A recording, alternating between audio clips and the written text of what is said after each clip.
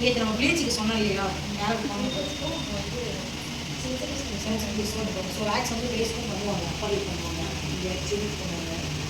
நான் பண்ணிக்குவேன், இதான் ஒரு நான் ஃபஸ்ட் டைம் பண்ணது. பட் ஆனால் ஃபஸ்ட் டைம் பண்ணால் வந்து பண்ணாதீங்க, காரணம் முடியாது. ஏன்னா க்ரோத் அதிகமாக வரும். ஒரு சிலருக்கு க்ரோத் கம்மியாகிடும், ஒரு சிலருக்கு அதிகமாக வரும். ஸோ எனக்கு வந்து கம்மியாக இருக்குது, அதிகமாக வரும். அதனால் நான் இன்னும் அதை பண்ணிக்கிறேன். ஆனால் ஃபஸ்ட்டு யார் வந்து எனக்கு ஸ்கின்னில் வந்து வேக்ஸ் பண்ணணும் அப்படின்னா நீங்கள் சொல்லிடுங்க. இந்த மாதிரி ஃபஸ்ட் டைம் பண்ணிங்கன்னா உங்கள் ஸ்கின்னுக்கு செட் ஆகிடுச்சுன்னா ஒன்ஸ் இயர் நின்றுடும். அப்படி இல்லையா அதிகமாக ஹேர் வர ஆரம்பிக்கும் அப்படிங்கிறத அவங்க வந்து ஃபஸ்ட்டு சொல்லுங்கள்.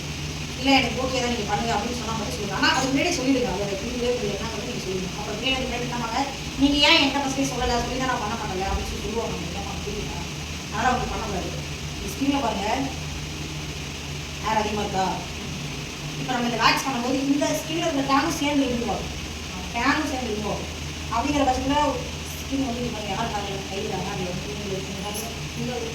இருக்கா இருக்கா முடியும். ஸோ இந்த அளவுக்கு பாருங்கள், இந்த அளவுக்கு இருக்கும். நம்ம வேக்ஸ் பண்ணிட்டா இந்த ஸ்டேஜ் அங்கே இருக்கும். ஓகேங்களா, நல்லா பழிச்சு நல்லா இருக்கும். ஆனால் ஒரு சிலருக்கு வந்து வேக்ஸ் ஒத்துக்காதுங்கும் போது என்ன பண்ணுவோம், ஒரு மாதிரி குளிப்பியாக வரும், குளிப்பு மாதிரி குப்புறம் வர ஆரம்பிச்சிடும். அந்த மாதிரி நிறைய பேர் படர்தாமரைன்னு சொல்லுவாங்க. அந்த மாதிரி படர்தாமரைக்கு வந்து வேக்ஸ் பண்ணக்கூடாது. ஆனால் அவங்களுக்கு பண்ணக்கூடாது, சென்சிட்டிவ் அவங்களுக்கு பண்ணக்கூடாது, ஆப்ரேஷன் பண்ணுறதுனால அவங்க பண்ணக்கூடாது. எந்த ஆப்ரேஷனுமே பண்ணியிருந்தாலும் பண்ணக்கூடாது. அதுக்குன்னு ஆப்ரேஷன் பண்ணிட்டு வரணும்னு பண்ணாது. பெயின் இருக்கும் இல்லையா ஆப்ரேஷன் பண்ணுறதுக்கு. இந்த ஹேர் போட்டு ஐப்ரோவும் அதே மாதிரி தான். ஆப்ரேஷன் பண்ணிடுறாங்க, ஐப்ரோவும் பண்ணக்கூடாது. சில சொல்லுவாங்க ஸ்கின் சென்சிட்டிவ் வந்து பண்ணக்கூடாது. எப்படி வேக்ஸ் வந்து எப்படி நம்ம பண்ணக்கூடாது அப்படியெல்லாம் பண்ணுறது. வேக்ஸ் பண்ணும்போது ஒருத்தவங்க கையை வந்து இது வரும், யாருமே இப்படி ஃபஸ்ட்டு வந்துட்டு பவுடர் அப்ளை பண்ணிக்கணும். அப்ளை பண்ணிட்டு டைட் கொடுத்து தான் மெதுவாக அப்ளை பண்ணி ஹீட்டு. ஹனி வேக்ஸ் வந்து ரொம்ப சேஃபாக பண்ணணும். ஏன்னா அது ஒரு சக்கரை பாவு, சக்கரை லெமன் வேறு எதுவுமே இல்லை. அது என்ன பண்ண சக்கரை பாவு என்ன பண்ணுவோம், ஹீட்டை வச்சு என்ன பண்ணுவோம், டக்குனு வச்சு என்ன பண்ணுவோம். அதனால் அவர் வந்து ரொம்ப கேர்ஃபுல்லாக நம்ம பண்ணுவோம். ஹீட் பண்ணுறோம், தேவையான ஹீட் பண்ண உடனே எடுப்போம், எடுத்து ஸ்பூன் வைக்கிறோம், கீழே விடாத அளவுக்கு அதிலே வச்சு ஆஃப் பண்ணணும், கீழே ஆஃப் பண்ணணும். சாக்லேட் இருக்குது, லெமன் இருக்குது, ஹனி இருக்குது. நான் வந்து ஆலிவேரா வாங்கியிருக்கேன். ஆலிவேரா வந்து காமன் எல்லா ஸ்கின்லையுமே ஒத்துக்கும். அதனால் வந்து இது இன்னொரு விஷயம் இதில் டேங்கு சேர்ந்து இருக்கும். சாதா இது ஐடியா இது கையாலேயே எடுக்கலாம். அதனால் கையாலே எடுக்கலாம், ஒட்டாது ஒன்று பண்ணாது. சாக்லேட் மாதிரி தான் வரும். வீடியோ இதை மிஷின் இங்கே பாருங்கள், போட்டிங்கன்னா ஹீட் ஆகிடும். இருங்க ஒரு நிமிஷம்.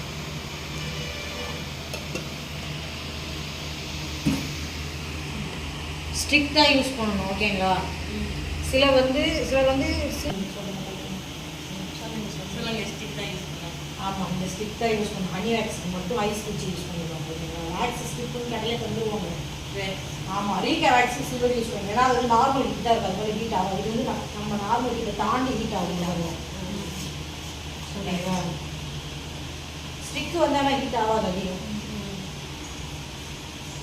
ஆஃப் பண்ணணும், ஆஃப் பண்ணாது. ஓகேவா, இது என்ன பவுடர், சாதா பவுடர்? ஆமாம், நார்மல் பவுடருங்க அப்ளை பண்ணிக்கோங்க. ஃபுல்லாக எது நம்ம எடுக்கணுமோ அது ஃபுல்லாக அப்ளை பண்ணிக்கணுமா. இந்த மாதிரி பவுடர் அப்ளை பண்ணி பவுடர் வந்து நம்ம எதுக்காக அப்ளை பண்ணுறோம் அப்படின்னு பார்த்தீங்கன்னா, ஒரு சிலருக்கு ஈரப்பதம் இல்லாமல் இருக்கிறதுக்காக. ஈரப்பதம் இருக்கக்கூடாது, ஒரு சிலருக்கு வேர்க்கும். அதே மாதிரி வேக்ஸ் பண்ணும்போது ஃபேன் போட்டுக்கூடாது, கம்பல்சரி ஏசி தான் போடணும். இங்கே பாருங்கள், நான் எடுத்துருக்கு கீழே இருக்காது. இங்கே பாருங்கள், நான் எடுத்துருக்கல கீழே இருக்காது. சூடாதுக்கா காட்டுக்கா, கம்மிக்கு வந்து சூடாக இருக்கு. சூடாக இருக்கா, கரம் வச்சு. ஓகேங்களா. பாருங்க, இல்லை வலிக்காது, அவ்வளோ வலிக்காது. டேன் சேர்ந்து சொன்ன இல்லையா, டேன் ரிமூவ் ஆகும் அப்படிங்கிற சேர்ந்து ரிமூவ் ஆகுது பாருங்கள். ஸோ இப்போ இதுக்கும் எவ்வளோ வித்தியாசம் இருக்குது தெரியுதுங்களா. இதுதான் இதில் தான் இது ஃபுல்லாக பாருங்கள். ஹேர் வந்து இந்த பக்கம் நோக்கி இருக்குன்னா இந்த பக்கம் தான் டவுன் பண்ணி எடுக்கணும். ஸோ உல்ட்டாவாக நம்ம பண்ணக்கூடாது. இந்த சைடு இருக்குன்னா இந்த சைடு க்ரீம் அப்ளிகேஷன் கொடுத்து இப்படி எடுக்கணும். ஓகே, நம்ம இப்போது ஹேர் இந்த பக்கம் இருந்து நம்ம இந்த பக்கம் க்ரீம் அப்ளை பண்ணோன்னா பெயின் அதிகமாக ஆகிடும். ஸோ ஹேரும் வராது. அதனால் ஹேர் வந்து எந்த பக்கம் நோக்கிக்கோ அந்த பக்கம் க்ரீம் அப்ளிகேஷன் கொடுத்து நம்ம எடுக்கணும். ஓகேவா, காட்டுங்களா. ஒரு ஸ்ட்ரிப்லேயே எடுக்கலாம், முடிஞ்ச வரையும் எடுக்கலாம் ஒரு ஸ்ட்ரிப்லேயே. இது பாருங்கள், கை இப்படி இருக்கணும், 4 கையும் கட்டை விரலுக்கும் ஆள்காட்டி விரலும் பிடிப்பு. இங்கே ஓகேவா இங்கே பாருங்க இப்படி வச்சு இப்படி ஒரு அகட்டி எடுத்துடணும். எப்படி ஒரு அகட்ட ட்ரை பண்ணுங்க. வலிக்கு அது பயப்படாத பவுடர் அப்ளை பண்ணுங்க.